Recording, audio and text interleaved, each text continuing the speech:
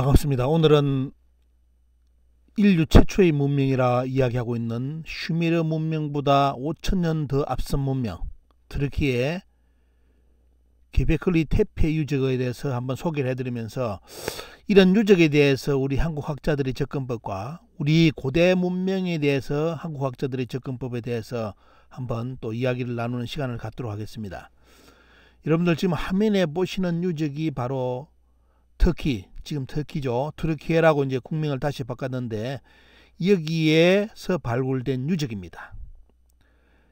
약 12,000년 전, 11,000년 내지 12,000년의 유적으로 이제 평가를 받는데 문제는 이게 슈메르 문명, 인류 최초의 문명 슈메르 문화, 그 슈메르 문화가 중요한 것은 여러분들 바로 성경의 무대가 나오는 그 문명권이 슈메르 문화입니다. 그 문화보다 5천년이 앞섰기 때문에 대단히 어느 면에서 보면 충격적인 문화죠. 이런 유물은 안 나와야 되는데 나오기 때문에 고고학으로 나와버리니까 어때요? 말 그대로 대단히 충격적인 겁니다. 여기에 대해서 이 문명에 대해서 대단히 호기심을 많이 가지고 이야기를 하는 교수가 한 사람이 있습니다. 바로 강인욱 교수죠. 이분은 뭐 고고학에 대해서 나름대로 많은 이제 책도 내고 또 자기 이제 관련된 내용도 내면서 이렇게 청동기 관련된 내용도 이야기를 많이 합니다. 고고학기를 뒤집은 유적이다 해가지고 이런 이제 이야기도 나오고 있고 한반도에서 이제 외국인들의 유골이 나오는 거에 대해서 한반도에서 발견되는 존재해서는 안 되는 인골 해가지고 또 몇 달 전에 이런 유튜브를 냈습니다. 지금까지 역사는 또 가짜다 해가지고 오늘 소개하는 이 유적 테페 유적에 대해서 설명을 했는데 문제는 여기에 대해서 이렇게 대단히 호기심을 많이 가지고 역사에 대해서 영상도 찍고 책도 언급하려고 또 이제 여행 기록도 많이 냅니다. 근데 이런 분들이 우리나라 고대사 문명에 대해서는 어떻게 생각할까요? 적어도 12,000년 전 문화를 고고학적으로 인정하면서 고고학기를 뒤집었다. 또 한반도의 유럽인들, 제가 고인두루라든지 부산의 가덕도에 이제 쉽게 말하면 신석기 무덤들, 공동묘지죠. 거기서 발굴된 그런 유적 8,000년 전에 이제 유럽인이라 부르고 독일인이라 부를까요? 그렇게 나오는데 여기서는 한반도에서는 존재해서는 안 되는 인골. 자, 이런 쪽으로 이제 타이틀을 달아가지고 많은 시청자들이 이제 이런 유튜브를 보는데 문제는 우리 고대사 부분에 대해서는 이렇게 생각하는 것을 한번 여러분들이 유심히 보셔야 됩니다. 자, 이 유적은 여러분들 지금 트르키에 어느 쪽이냐 보시면 지금 빨간 박스 처리되어 있죠. 거기에 보시면 지금 유적이 저 표지가 있습니다. 자, 저기서 나왔고요. 그리고 지금 가보시면 여러분들 우아량 유적지 가보면 이제 도움을 행태를 해가지고 유적지를 보존하고 있는데 여기 유적도 보시면 저렇게 이제 뭐 발굴 작업이 이쪽 지역이 이루어지고 난 뒤에 도움을 설치해가지고 유적을 이렇게 보호를 하고 있습니다. 이 유적은 1963년에 처음 발견되었고 94년부터 2014년까지 발굴 조사가 이루어져 있고 이 주변에 또 발굴을 계속하고 있지만도 하지만 그 분량은 약 10분의 1 정도밖에 되지 않는다 합니다. 나머지 아직까지 발굴할 유적이 대단히 많죠. 어떤 쇼킹한 유적이 나올지는 아무도 모릅니다. 지금 발굴은 10분의 1 정도 발굴된 유적이고 이거는 뭐 슈메르보다 5천년 앞선 문화로 평가받고 초고대 문명 발상지다 이렇게까지 이제 이야기되고 있고요.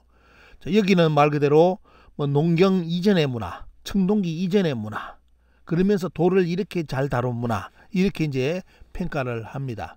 슈미트 박사에 의해 가지고 이 유적은 이제 발굴되었고 이분이 세상을 떠난 뒤에는 그의 아내가 지금 맡아가지고 계속 또 발굴 작업을 진행하고 있습니다. 자, 3D 입체도를 한번 보겠습니다. 이 출처를 밝혀놨으니까 여기 들어가 보시면 3D로서 여러분들 아주 깔끔한 영상을 보실 수가 있습니다. 화면 보시고요. 아마 발굴 작업을 하실 때 모습을 이제 초기 이렇게 항공사진 찍어 놓은 걸 여러분들 보시기 바랍니다. 도로도 나 있고요. 자, 이렇게 해도 또 이렇게 돌리면 화면을 돌리면 이렇게 입체적으로 볼 수가 있습니다. 말 그대로 여기서는 생활 공간보다는 신전의 형태를 갖춘 건데 신전이라면 어때요? 신전에서 약간 떨어진 공간에 사람들이 사는 주거 공간이 있었겠죠. 그죠? 그런 거 본다면 이 문명을 만들어낸 주체는 누구일까? 어디서 왔을까?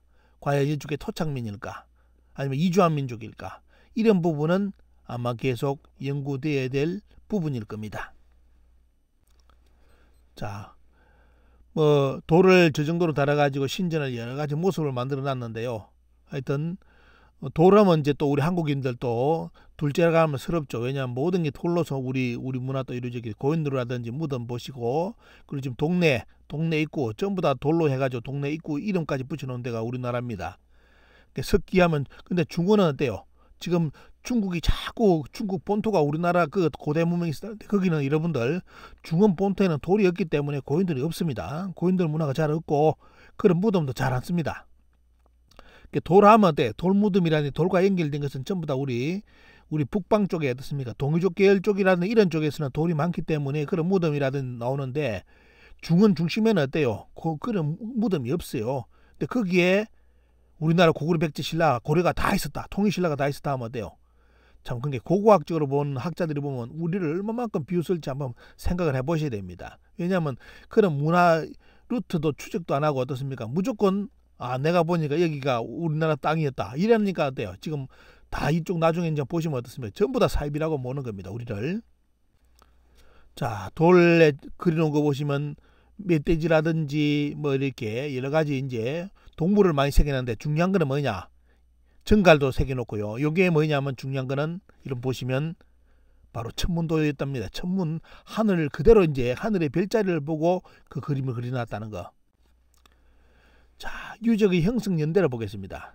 1기 3기로 구분되고요. 3층에서는 뭐냐, 원형, 그 다음에 2기층에서는 사각형 해가지고 나오는데 제일 밑에가 오래된 거죠. 그래서 3기층 연대는 BC 9600년 전, 그 다음에 2기층은 뭐냐면 BC 8800년 전, 2기층은 BC 8000년 전. 그러면 지금 2025년을 다 어떻습니까? 1기층이 약 만년 되죠. 보면요, 제일 위에는 어떻습니까? 11,000 내지 이렇게 쭉 나가겠죠. 보면요, 11,000, 그게서 12,000이라고 대부분 이야기를 합니다.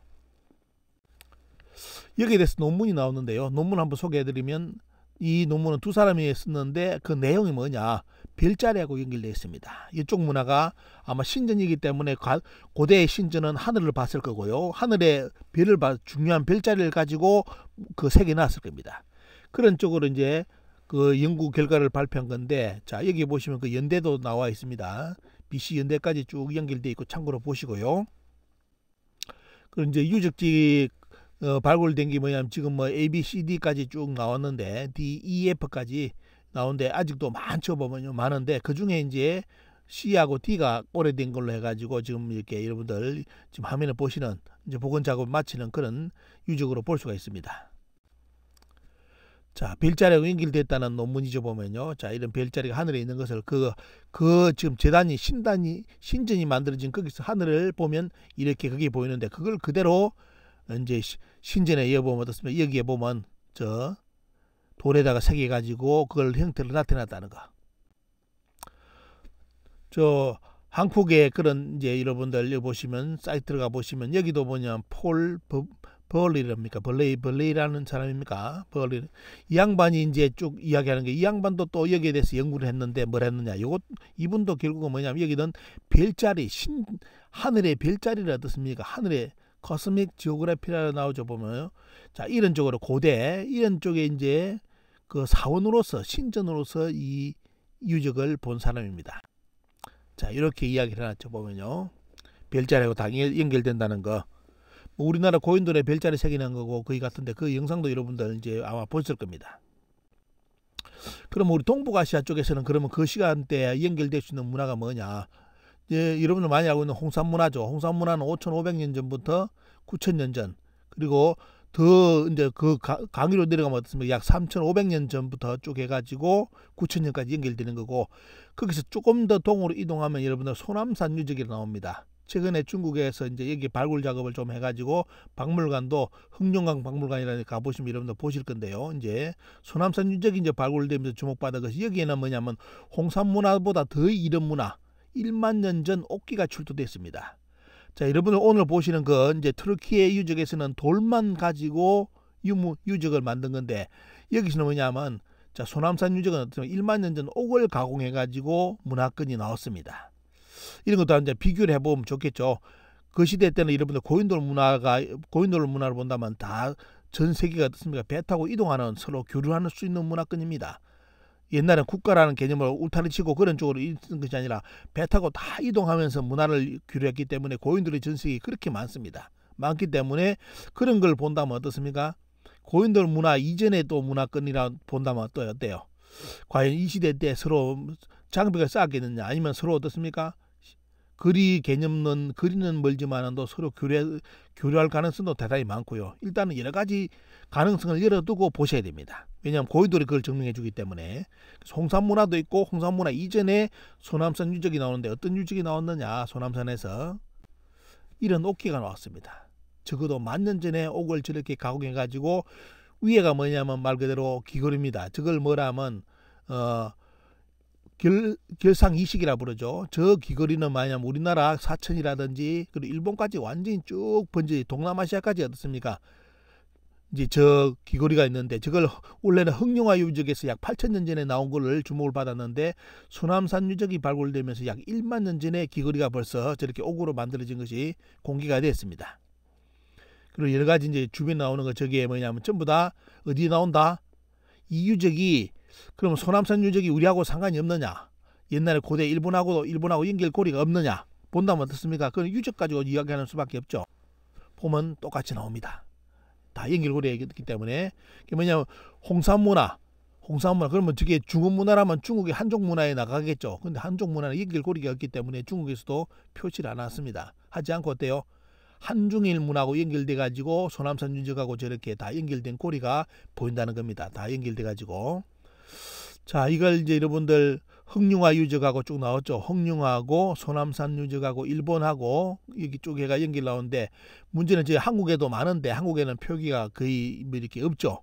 표기 없는데 저 조사를 좀 해 가지고 이렇게 이 화면을 만들어야 되는데 그걸 안 했는가 봅니다. 저 한국에도 저 문화 나온 거, 그거는 제가 사이트로 별도 소남산 유적을 별도로 제작해 가지고 영상을 올려놨으니까 그 유튜브 참고를 해 보시면 됩니다. 그러면 한국의 고대 역사에 대해서 우리나라 학자들은 어떤 태도를 취했는지 보겠습니다. 자, 강현욱 교수는 저는 이제 트르키 유적에 대해서 대단히 말 그대로 신비롭게 이제 소개를 하고 고고학을 뒤집었다. 또 우리나라에 이렇게 신석기 무덤에 이제 유럽인들 나오는 거 이런 거 본다면 이게 뭐 쉽게 말하면 미스터리다 이런 쪽으로 이야기를 하면서 많은 시청자들 또 팬들도 만들었는데요. 자, 그런데 문제는 뭐냐면 이런 고대 역사에 대해서 어떻게 얘기하느냐. 자, 김정렬 숭실대 사학과 교수, 이분은 뭐냐면 홍산문화하고 고조선은 절대로 연결하면 안 된다고 이제 부정합니다. 그 이유가 뭐냐 물어보면 2500년 전 안팎의 시간 동안 홍산문화 공동체가 존속되고 정체성이 유지됐다는 가정은 넌센스에 가깝다 해가지고 약 홍산문화를 2500년을 잡았습니다. 하나의 문화로 이제 보셨는데, 그죠? 근데 홍산문화는 이분이 생각하는 것처럼 그런 문화가 아닙니다.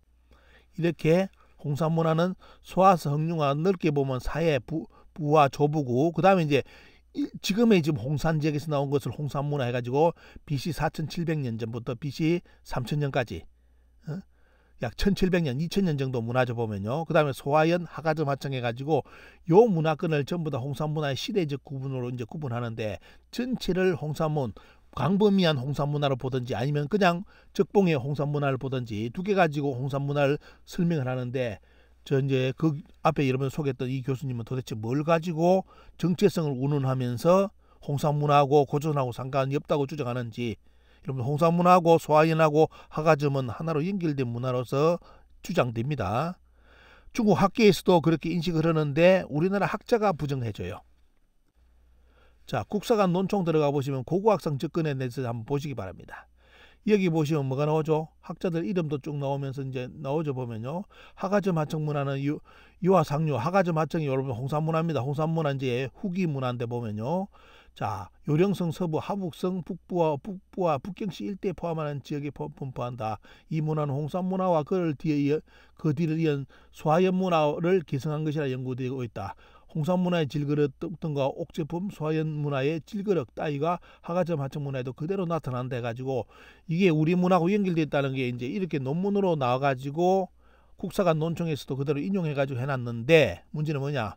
우리나라 교수도 역사가 교수도 자기 주장하고 싶은 대로 한다는 겁니다. 내가 싫다면 싫은 거고 이런 사람은 이렇게 인정해놨는데도 어떤 사람은 난 아니다 하면 어때요? 그대로 가는 겁니다. 그게 역사학과니까요. 역사학기니까 뭐 민족사학기도 다 그런 현상이 나타나고 있지만도 그리고 이분은 아예 유아 문명은 존재하지 않았다라고 이제 송호정 교수는 EBS까지 나와가지고 이야기를 했습니다. 당군은 신하다, 거짓말이다라고 이야기했고요.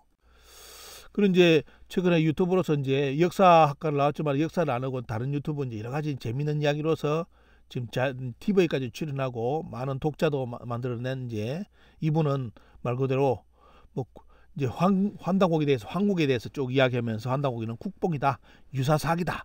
우리 고대사에 대해서 황국, 배달, 신시 쪽 이야기하는 거 이런 거에 대해서 이야기하면서 국뽕이고 이거는 유사 역사기다라고 이제 전에 유튜브를 만드는데 아마 이분은 이게 없었다면 대단히 건전한 이미지로서 많이 다가갔을 건데 깊은 내부에서는 이런 사관을 가지고 역사를 바라본다는 것이 흔적이 남아있는 것이 흠입니다.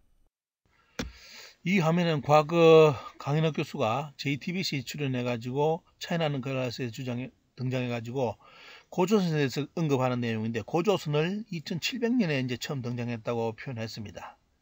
당군은 실체하지 않았다는 거죠. 당군조선은 없었고 2700년 도대체 2700년이 왜 나오는지 이만인지 누구한테 이야기를 하는지 모르겠는데 일단은 약 2700년 전에 처음 등장한 것이 고조선이다. 이렇게 하이라이트 영상이 잡혔습니다.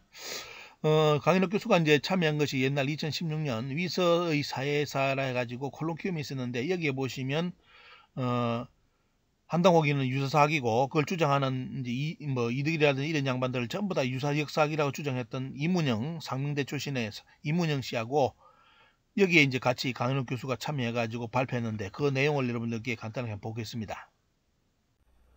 자, 뭘 했느냐? 신문 그 기사를 그대로 보겠습니다.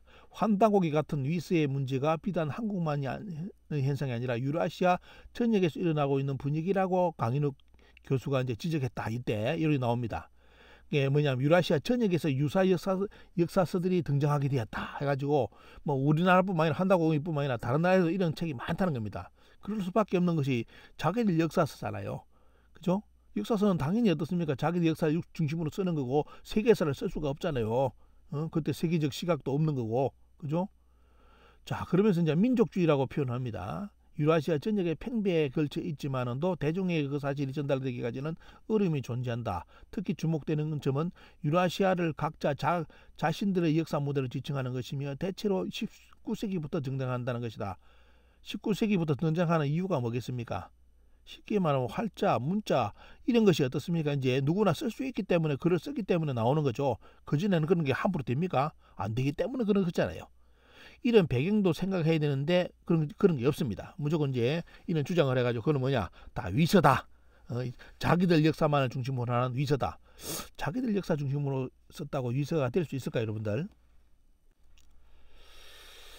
국내에서 유라시아의 고고학과 역사에 대한 관심이 높아지는 배경에는 한민족의 기원이라는 전통 의식이 있는데 이런 의식은 누가 일제강점기 때 일본 학자들이 의해서 형성된 것이다. 한민족의 기원이 유라시아 고고학 역사처럼 어떻습니까? 만주라든지 쭉 위로 올라가는 배경이 뭐다? 여러분들 일본 역사학자들에 의해서 형성된 것이라고 했고 별다른 검증 없이 최근에도 다양하게 표출되고 있대 가지고 지금 시민들이 주장하는 시민 역사학을 일본 학자들이 형성시킨 것이라고 강인욱 교수는 과거 이야기를 했습니다. 그러면서 이제 홍산문화에 대해서 이야기를 이렇게 표현합니다. 중국인들은 왜 홍산문화에 열광하는가 하면서 밑에다가 어떤 걸 달았느냐. 홍산문화가 우리만의 한국만의 것이라는 주장도 중국의 논리와 다를 바 없다 해가지고 뭐다. 자신은 대단히 제3자적 입장에서 홍산문화는 중국 것도 아니고 한국 것도 아니다. 라고 이렇게 아주 이제 말은 안 했지만은 더 그렇게 어필하는 내용입니다. 그리고 홍산문화 기사를 게재를 하면서 절대로 홍산문화의 국가 연결성은 이야기를 하지 않고 전염병 이야기를 하다가 이 양반은 홍산문화에 대해서 기사를 마감을 합니다. 그러면서 또 이제 강인욱 교수의 책에 대해서 여러 가지 평가가 나오는데 이제 블로그 보시면 브런치 스토리입니까 보면 저기 보시면 유라시아 역사 기행에 대해서 강인호 교수 그 책을 이제 이렇게 소개하면서 이런 이야기를 이렇게 그 블로그를 운영하는 사람입니까 이런 말 해놨습니다. 환당옥이 딱 사진을 실어놓고요. 종종 단군 신화에 기반한 지나친 상상력으로 한민족의 역사 영토를 서아시아 지역까지 확대하곤 했다. 하지만도 강인호 교수의 유라시아 역사 기행은 우리에게 대륙을 바라보는 건강한 관점을 제공해주는 양서다 이래 해가지고 비교를 해가지고 아래 위 글을 썼습니다. 그러면 이런 거 읽어보면 돼. 또 우리나라 사람들 어떻습니까? 제가 항상 유튜브 강조하죠. 출처 확인해라. 과연 그 책에 그 내용이 있는지 봐라. 그리고 그 해석도 못 믿는다. 원문을 봐라. 이렇게 제가 많이 주장하는데 그리 안 합니다. 안 하기 때문에 돼요. 이상한 역사 논리에 빠지는 사람들이 많죠. 자, 여기도 어떻습니까? 이런 책을 평가하는 사람이 이렇게 써놨으니까 강인호 교수의 이제 이 대륙을 바라보는 사과는 대단히 건강한 관점이고 환당고기 이야기를 하면서 환당고기는 종종 단군 신화를 기반으로 한민족의 영토를 서아시아까지 확대하곤 했다. 서아시아까지 확대하고 했던데 환당고기의 한민족의 영토가 서아시아라고 간 게 있습니까? 단군에 대해서 이야기하면서 자, 환당고기 없는 내용이죠. 그럼 환당고기는 어떤 내용이 있을까요? 환당고기는 단군에 대한 이야기가 사만으로 되어 있죠. 진화는 단군이 다스리고 번화는 어떻습니까? 지금 이제 산동성 근처, 상동성 위쪽에 그쪽. 거기 그리고 만이 어떻습니까? 만이는 적은 한반도가 만이 돼가지고 이걸 사만이 돼가지고 단군은 이렇게 다스렸고 그 후에 어떻습니까? 부여가 나오고 그 다음에 고구려 백제 신라가 연결돼가지고 우리 한반도가 쭉 연결돼가 나왔고 이런 쪽으로 이 역사를 기술한 것이 환당고기인데 무슨 서아시아를 우리 민족이 지배했다고 환당고기에 있다는 내용을 이야기해놨습니까? 저자도 환당고기 손도 안 대본 사람이죠. 이 책을 소개한 사람도 환당고기를 본 적도 없고 책 안 읽습니다. 안 읽고 어떻습니까? 남들 블로그에 써놓은 거 평가서 보고 대부분 환당고기 읽었다고 저한테 거짓말 치는 사람들 하도 많아요. 물어보면 아무것도 몰라요. 아무것도 모르면서 자기는 환당고기 봤대. 우리나라 역사학자들 환당고기 비판하는 사람들 여러분들 그냥 듣지 말고 환당고기 내용 물어보시죠. 하나도 모릅니다. 왜? 안 읽어봤기 때문에. 절대로 안 읽어봅니다. 손에 그 환당고기 손에 들면 손에 좀 보면 쉽게 말하면 전염병 도는 줄 알고 절대로 환당고기 안 읽어보고 환당고기가 어떻다는지 논문 쓰는 사람들이 우리나라 학자들입니다. 그런 것인가 한번 보시고요. 그러면서 책을 봤다고 자기 책꽂이에 환당고기 어떻습니까? 여러 건 꽂아놓은 거 사진 찍어 올립니다. 그리고 이제 이 양반이 또 이런 이야기를 했어요. 강인호 교수에게 유라시아 초원을 거점으로 수천 년간 지배한 유목문화에 대해서 유목민족이 한민족의 DNA를 지니고 있느냐 없느냐는 중요한 것이 아니다. 강인호 교수는 문명의 교류를 중요한다는 거 나오는 거죠. 그러면서 뭐라 했냐. 우크라이나 카자흐스탄에 적석목각본이 나온다. 적석목각본, 신라의 적석목각본이 나오죠 보면요. 그런 게 나오는데 그렇다고 카자흐스탄 사람들이 신라인의 후예라고 말하지 않는다. 언제 환당고기 읽어본 사람들, 우리 시민 역사학자들이 카자흐스탄 사람들이 신라인의 후예라고 이야기했습니까? 도대체 누가 이런 유튜브를 만들었는지 책을 썼는지 미치겠어요. 제가 이런 거 해명까지 해줘야 되는데. 그리고 고구려에서 개발된 등자가 터키에서 쓰이고 있는데 고구려가 유럽의 관문을 정복했으라고 추정하지 않는다. 언제 터키에서 등자 나왔다고 고구려가 유럽 정복했다고 누가 주장했습니까? 누가 주장했으니까 이런 글을 썼겠죠. 그게 환당고기 내용이라고. 여러분들 한번 보십시오. 이게 환당고기 비판하는 위수론 사람들 주장입니다. 환당고기 한 번도 안 읽어봤죠. 환당고기는 아무 상관이 없는 딴 사람들 어떻습니까? 온라인에 글 보고 그게 환당고기 내용이라고 이렇게 주장하면서 강인호 교수는 이런 거 절대로 주장하지 않는다. 문명의 교류라고 주장한다. 이렇게 재미있게 책을 소개를 해놨습니다. 제가 읽어보면 참 배꼽 잡는 이야기죠. 손도 안 대본 사람이 여러분들 화면 보시면 환당고기의 황국은 전 세계가 12개의 연방으로 이루어졌다고 이렇게 기록하고 있습니다. 여기에는 민족주의, 국수주의라는 자체가 없죠. 그러면서 기후의 이동 때문에 한국이 무너지면서 그 다음에 배달국 한웅이 이동했다는 기록을 이렇게 연결돼 가지고 환당고기에 나오기 때문에 환당고기에는 민족주의, 국수주의라는 거 없습니다. 결국은 그게 뭐냐면 이런 맥이 전해가지고 지금 대한민국 우리 역사가 왔다고 이제 쭉 연결해 놓은 것이 환당고기인데 거기에 무슨 민족주의, 국수주의가 있다고 이렇게 판단하는지 환다고기 안 읽어본 사람이 마치 환다고기 읽어본 것처럼 이렇게 평가를 하는 자체가 참 나쁜 겁니다. 최근에 여러분들 김성동 전 금융위원장이 한민족의 DNA를 찾아서 해가지고 옛날 신문 기재했던 것을 책으로 내가지고 강의도 다니고 그런 모습 보셨을 겁니다. 여기 보시면 어때요? 전 세계 이제 몽골리안들이 이동하면서 이제 문화를 만들어낸 거에 대해서 아주 타당성 있게 이분은 그냥 어떻습니까? 그냥 주장하는 것이 아니라 이게 나오죠. 10년간 50차례 5만 킬로를 뛰었다. 직접 현장까지 보고 눈으로 보고 그래가지고 쓴 책이 한민족의 DNA를 찾았습니다. 가보니까 어때요? 몽골 자기들 거기에 몽골이 왔다는 거 그리고 몽골 후손들이 이게 이 문화를 만든 이런 걸 다 확인하고 글을 쓴 내용이 요겁니다. 아마 이제 앞에 환다고기 비판하려고 한 사람은 또 강윤옥 교수가 비판하고자 했던 사람은 아마 김석동 교수를 비판하려고 했는가 본데 그런데 김석동 교수는 말 그대로 그동안 우리 자기들 강단사학계 동북아 역사대라는 이런 강단사학계에 연구 자금을 최대한 많이 만들어줘 가지고 연구를 할 수 있게끔 만든 은인입니다. 은인인데 함부로 비판할 수 없잖아요. 그러니까 뭐라 했느냐 환단고기를 들이대 가지고 그게 환단고기 내용이라고 이렇게 환단교를 깐 내용을 많이 인용하죠. 하지만 그건 환단고기 내용이 아닙니다. 김석동 교수도 환단고기를 인용을 하지만 전적으로 안 들이대죠. 왜냐하면 그런 이제 자기 입장이 있으니까. 하지만 황국 배달 신시 이런 부분에 대해서는 최근에 한민족 DNA 찾아서 이 책에는 정확하게 이제 인식을 하면서 강의를 하고 있는 모습을 제가 봤습니다. 자, 매림적 선문화TV 여러분들 응원해 주신 분께 감사드리고요. 오늘 여러분들 보시기 바랍니다. 중동에서 나오면 아우 하는데 우리 쪽에서 나오면 어때요? 에이, 여기에 우리나라 사학계의 현실입니다. 그죠? 우리 한민족의 고대사는 영광스러우면 안 됩니다. 자꾸 비판하는 것이 환단고기는 우리 민족의 문화의 영광을 주장했다고 하는데 모든 사서가 각 나라의 사서가 자기 민족의 영광을 주장하지 우리나라는 개판으로부터 출발했다. 누가 그렇게 글을 씁니까? 당연히 사관의 입장에서 보시고 대신 중요한 건 뭐냐? 그게 인류사고 어떤 연결고리가 돼 있고 이런 부분을 다 생각을 하면서 봐야 되는데 그런 거에 대해서는 싫다 이거예요. 하여튼 우리 한민족이 영광스럽게 고대사를 지냈다는 것은 나는 동의 안 한다. 이게 이제 우리나라 학자들 태도이기 때문에 해외에서 나오는 문화유적에 대해서는 뿅 가면서 야 이게 고고학계도 뒤집었다 나오면 안 되는 유물이다 이렇게 칭찬하면서 우리 역사에 고조선, 배달, 신시 이런 때 다 거짓말이다. 당군도 없었다. 고조선도 약 2000년 전에 문화다. 주장하는 것이 우리 한국 사학계에 지금 요즘 뜨고 있는 사람들의 역사관입니다. 오늘 여러분들 참고하시기 바랍니다.